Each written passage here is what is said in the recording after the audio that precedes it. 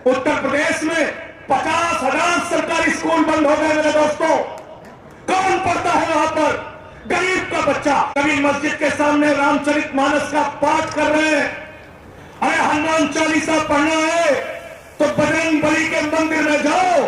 धर्म युद्ध का ऐलान, सत्ता पर बैठे लोगों को खत्म करने की बात और देश में बढ़ती नफरती पर बड़ा हमला। नमस्कार दोस्तों, आज हम बात कर रहे हैं एक ऐसे बयान की जिसने राजनीति में हलचल मचा कर रख दी है। आम आदमी पार्टी के सांसद ने एक बड़ी बात कह दी है। यात्रा के दौरान भाषण में कई बड़े मुद्दे उठाए गए: धर्म, राजनीतिक, बेरोजगारी और भ्रष्टाचार। संजय सिंह ने कहा कि यह लड़ाई अधर्म के खिलाफ धर्म युद्ध है और यह तब तक जारी रहेगा जब तक अन्याय खत्म नहीं हो जाता। महाभारत का उदाहरण देते हुए कहा कि जब अधिकार छीने जाए तो संघर्ष जरूरी हो जाता है। सरकार पर बड़ा आरोप लगाया गया कि देश में जाति और धर्म के नाम पर लोगों को बांटा जा रहा है। बेरोजगारी, शिक्षा और सरकारी स्कूलों की हालात को लेकर भी गंभीर सवाल उठाए और पीएम मोदी पर बैंकों के कर्ज माफी और बड़े उद्योगपतियों पर फायदा पहुंचाने का आरोप भी लगाया। जरा देखिए संजय सिंह के इस वीडियो को। लोग हमसे कहते हैं रोजगार का सवाल आपने क्यों उठाया? कौन सा सवाल उठाए? ये भारतीय झगड़ा पार्टी के लोग ये तो 80-20 का सवाल खड़ा करते हैं। हिंदू को मुसलमान से लड़ाओ, हिंदू को सिख से लड़ाओ, हिंदू को ईसाई से लड़ाओ, फिर हिंदू को हिंदू से लड़ाओ, अगला को पिछड़ा से लड़ाओ, अगला को दलित से लड़ाओ। सारे देश में खाली लड़ाई झगड़ा। जाट को गैर जाट से लड़ाओ, मराठा को गैर मराठा से लड़ाओ। तो मैंने भाजपाइयों से कहा, भाजपाइयों तुम्हारी पार्टी का नाम भारतीय जनता पार्टी नहीं, भारतीय झगड़ा पार्टी है, झगड़ा पार्टी। जिंदाबाद जिंदाबाद जिंदाबाद। और इन्होंने कुछ गुंडे पाल रखे, वो हंगामा करने चले आते हैं। कभी होटल में घुस के किसी को मार रहे हैं, कभी पार्क में घुस के किसी को मार रहे हैं, कभी चर्च के सामने हनुमान चालीसा पढ़ रहे हैं, कभी मस्जिद के सामने रामचरितमानस का पाठ कर रहे हैं।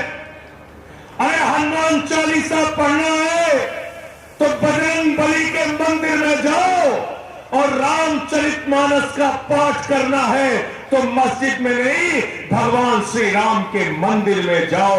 भगवान ने ये कहा है आपसे। आप हमेशा नफरत की बुनियाद पे राजनीति करते हो, नफरत की बुनियाद पे वोट मांगते हो। उत्तर प्रदेश में 50,000 सरकारी स्कूल बंद हो गए मेरे दोस्तों। कौन पढ़ता है वहां पर? गरीब का बच्चा, मजदूर का बच्चा, किसान का बच्चा, दलित का बच्चा, पिछड़े का बच्चा। जो आदमी अपने बच्चे की फीस नहीं दे सकता, उसका बच्चा सरकारी स्कूल में पढ़ता है।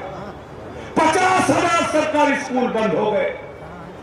कोई हिंदू संगठन नहीं बोला जिस हिंदू का खून न खौला खून नहीं वो पानी है, अरे ये स्कूल तो खुलना चाहिए। किसी ने नहीं कहा।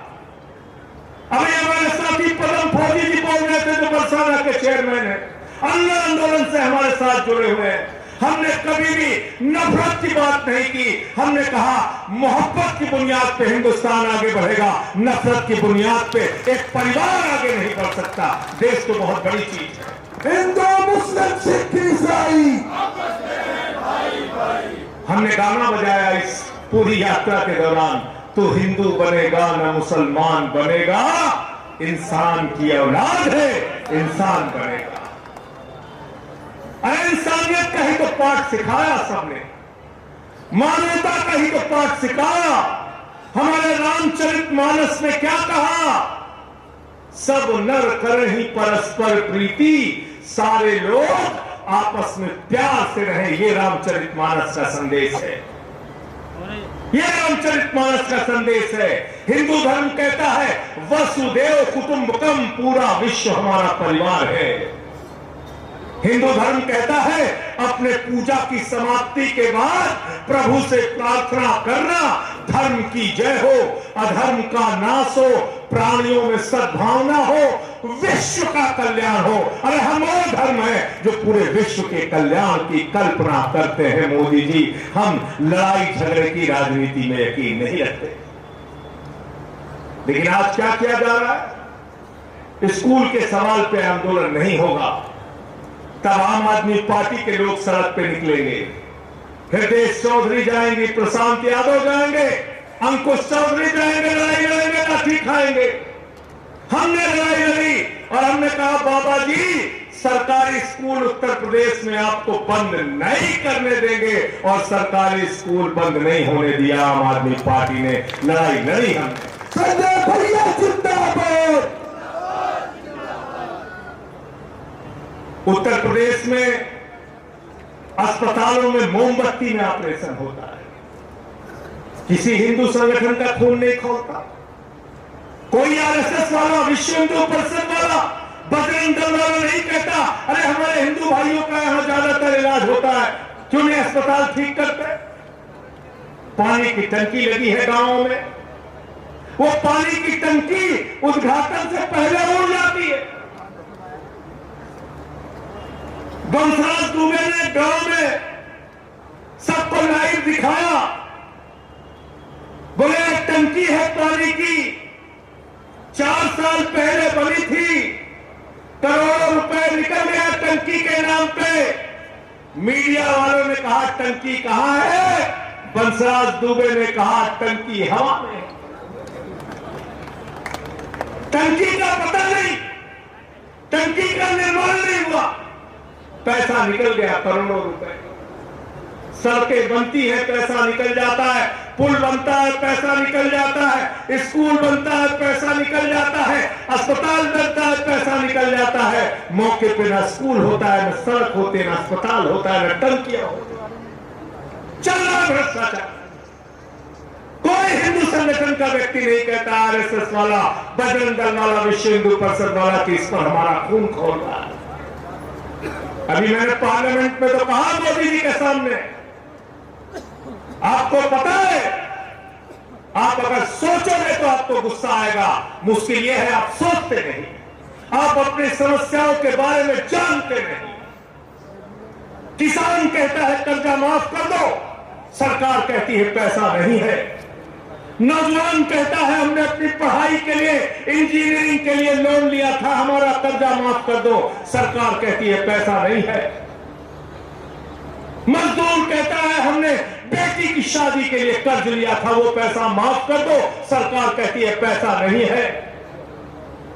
हम कहते हैं अस्पताल बनवा दो, स्कूल बनवा दो, सरकार कहती है पैसा नहीं है। अरे हम कहते हैं हमारे बच्चों को मिड डे मील में आप नमक रोटी खाने के लिए दे रहे हैं मोदी जी, योगी जी, सरकार कहती है पैसा नहीं है।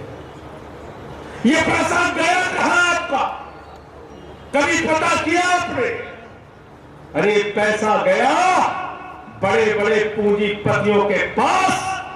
आप जानकर हैरान हो जाओगे, नरेंद्र मोदी ने हिंदुस्तान के चंद पूंजीपतियों का 16 लाख करोड़ रुपए माफ किया है। कितना माफ किया है? ये 1000 बोल रहे हैं, इनके मुंह से लाख नहीं निकल रहा है, क्योंकि ये भी हैरान है अजय भाई, जीरो लगाते लगाते हाथ थक जाएगा। ये भी हैरान है, कह रहे 16,000 करोड़ हो सकता है। नहीं साहब, 16,000 नहीं, 16 लाख करोड़। जीरो लगाते लगाते थक जाओगे। किसान का 50,000 बाकी रहता है तो आप उसको पकड़ के हवालात में डाल देते हो तहसील के अंदर, लेकिन 16 लाख करोड़ रुपए अपने दोस्तों का माफ कर दिया। मैंने पूछा क्यों माफ किया? भैया कुछ करना है काम है तो बैठ जाओ शांति से। मैंने पूछा क्यों माफ कर दिया? कहते माफ कर दिया। किसका पैसा है बैंकों में? बताओ किसका पैसा है? बताओ किसका पैसा है? जनता का, कर्मचारी का, मजदूर का, किसान का, आम आदमी का, छोटे व्यापारी। वो पैसा कौन लेके भाग गया? 20,000 करोड़ लेके नीरव मोदी, मेहुल चौकसी भाग गया। 10,000 करोड़ लेके विजय माल्या भाग गया। 6,000 करोड़ लेके नितिन संदेशरा भाग गया। 3,000 करोड़ लेके ललित मोदी भाग गया। विदेश में बैठ के चिढ़ाते हैं संजय सिंह का पासपोर्ट जब्त है, अरविंद केजरीवाल का पासपोर्ट जब्त है, मनीष सिसोदिया का पासपोर्ट जब्त है, लेकिन आपके बैंकों पर डकैती डालने वाले विजय माल्या का पासपोर्ट जब्त नहीं हुआ, ललित मोदी का पासपोर्ट जब्त नहीं हुआ, नितिन संदेशरा का पासपोर्ट जब्त नहीं हुआ।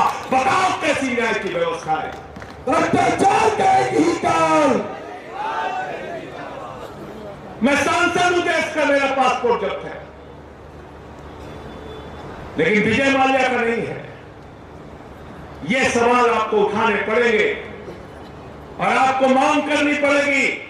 अगर अडानी, अंबानी और पूंजीपतियों का कर्जा माफ कर रहे हो तो मथुरा, हाथरस, आगरा, उत्तर प्रदेश में रहने वाले किसान का भी कर्जा माफ होना चाहिए। होना चाहिए कि नहीं होना चाहिए? बताओ। हम तुम्हारे साथ हैं, हम तुम्हारे साथ हैं। इस ब्रज प्रांत में मैं घूमते हुए यात्रा में आ रहा हूं, नौजवान मिलते हैं, कहते हैं साहब अब तो कोई भविष्य नहीं रहा। मैंने कहा क्यों? कहने पहले सुबह 4 बजे उठ के हम दौड़ लगाते थे, हमारी मां हमको दूध पिलाती थी, तैयार करती थी, कहती थी बेटा भारत माता की रक्षा के लिए सेना में भर्ती हो जाना, और अगर कोई आक्रमण करे, कोई दुश्मन तुम्हारे देश के ऊपर नजर रखे तो अपने प्राणों की आहुति दे देना, लेकिन भारत माता की रक्षा करना। बताओ ब्रज प्रांत से सेना में ज्यादा से ज्यादा जवान जाते थे कि नहीं जाते थे?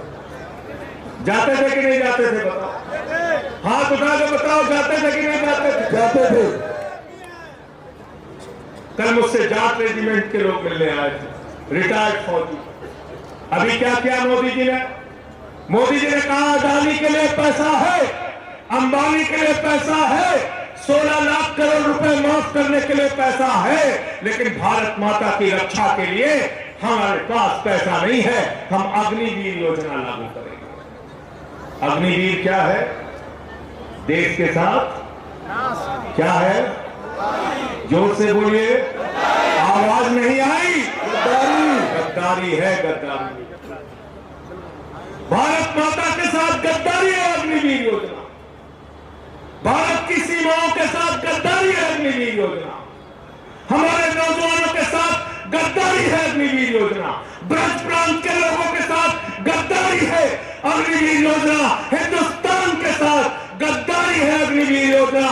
जिस दिन ये सरकार जाएगी, पहली कदम से अग्निवीर योजना खत्म की जाएगी और नौजवानों को पुराने सेना की भर्ती दी जाएगी। आम आदमी पार्टी जिंदाबाद, आम आदमी पार्टी जिंदाबाद। ये बेचारे हमारे हरेंद्र यादव फौजी बैठे हुए हैं, 8 साल सेना में नौकरी किया, निकाल दिया गया। इनको जानते क्यों निकाल दिया गया? इन्होंने कहा हम अधिकारियों की चापलूसी नहीं करेंगे, उनके पार्टी का ट्रे नहीं उठाएंगे। इनको निकाल दिया गया।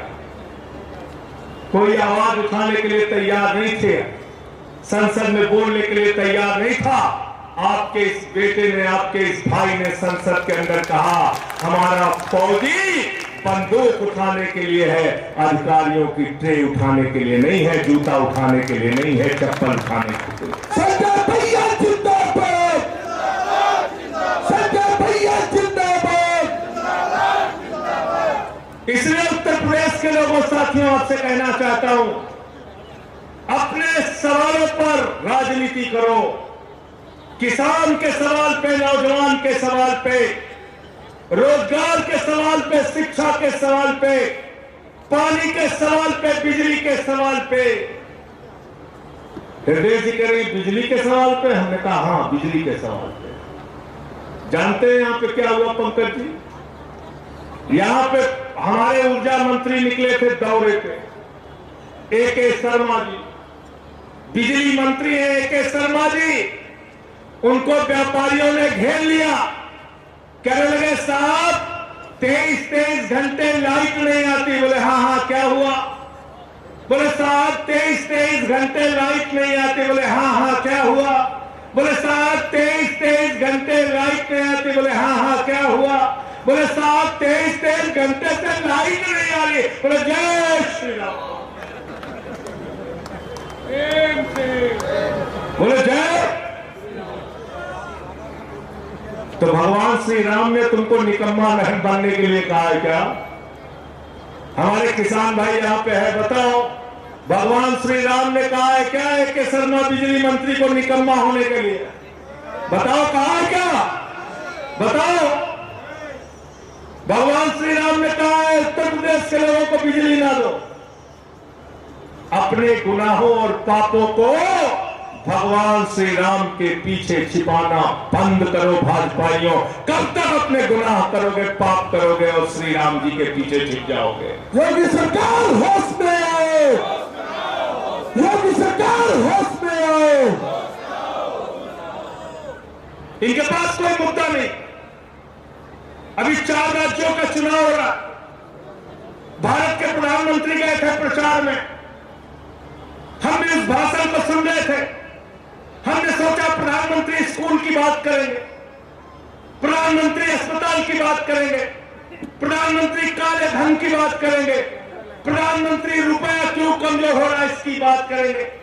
हमने सोचा प्रधानमंत्री हिंदुस्तान में डिजिटल इंडिया की कामयाबी की बात करेंगे, मेक इन इंडिया के बारे में बताएंगे, आत्मनिर्भर भारत के बारे में बताएंगे, अरे कम से कम स्वदेशी के बारे में तो बताएंगे। लेकिन भारत का प्रधानमंत्री इतना कमजोर, इतना लाचार और मानसिक रूप से दिवालियेपन का शिकार है कि प्रधानमंत्री सभा में कह रहे हैं केरला फाइल्स के नाम पे वोट दे दे बाबा। किसके नाम पे? कश्मीर फाइल्स के नाम पे वोट दे दे बाबा। अरे केरला फाइल्स कश्मीर फाइल्स नहीं बनती तो धुरंधर 2 के नाम पर वोट दे दे बाबा।